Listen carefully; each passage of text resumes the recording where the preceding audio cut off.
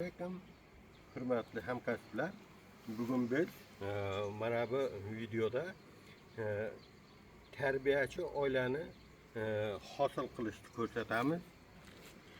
Mana bu oilamiz kuchli oila juda o'zi. Ichida romlari ham to'la, arilari ham ko'p. Bu terbiyachi oila bundan hosil qilish uchun hozir payvand romga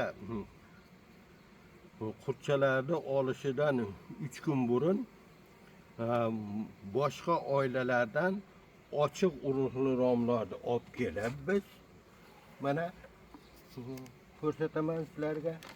Mana ochiq urug'li rom ko'rsalang bo'ladi. Mana ochiq urug'li rom, ochiq urug' soat hozir 11:30 12 ga ketyapti. Mana bu yerlar ochiq urug'lar. Bu yerlarda hamma yosh boquvchi arilar bo'ladi. Tashqariga uchib chiqib yurgan arilar aksariyati uchib ketgan bo'ladi. Shularda mana shu hosil qiladigan tarbiyachi oilamizni quvusi, ya'ni kirib chiqish teshigini oldiga fanera qo'ydik, ustiga yumshoq mato qo'yib, shuni birin-ketin silkib beramiz. 4 ta 5 ta nimada romda. Shunda yosh arilar bu uyamizda ichiga kirib ketadi. Uncha qolgan lo'tni arilari, ya'ni tashqari uchib yuruvchi katta arilar o'zining joyiga uchib ketadi. Shu nimani hozir qilib ko'rsatamiz. Mana sizlarga.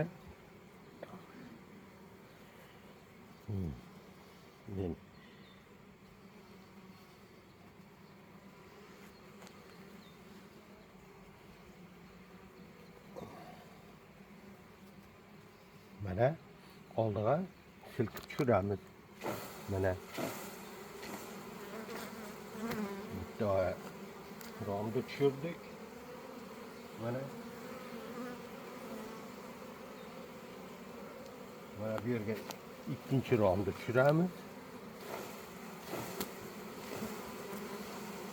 Bu arilar aksariyat yosh arilar.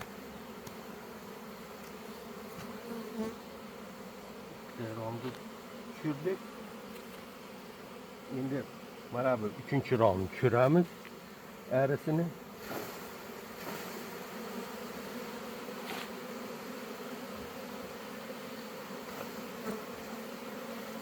Üçüncü romni tushirdik. Mana 4-chi romni tushiramiz. Aris.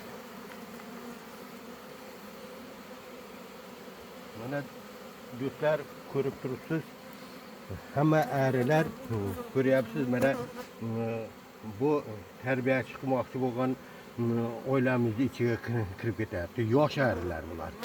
Yosh ari bo'lgani uchun bu oilamiz o'zi qabul qilaveradi.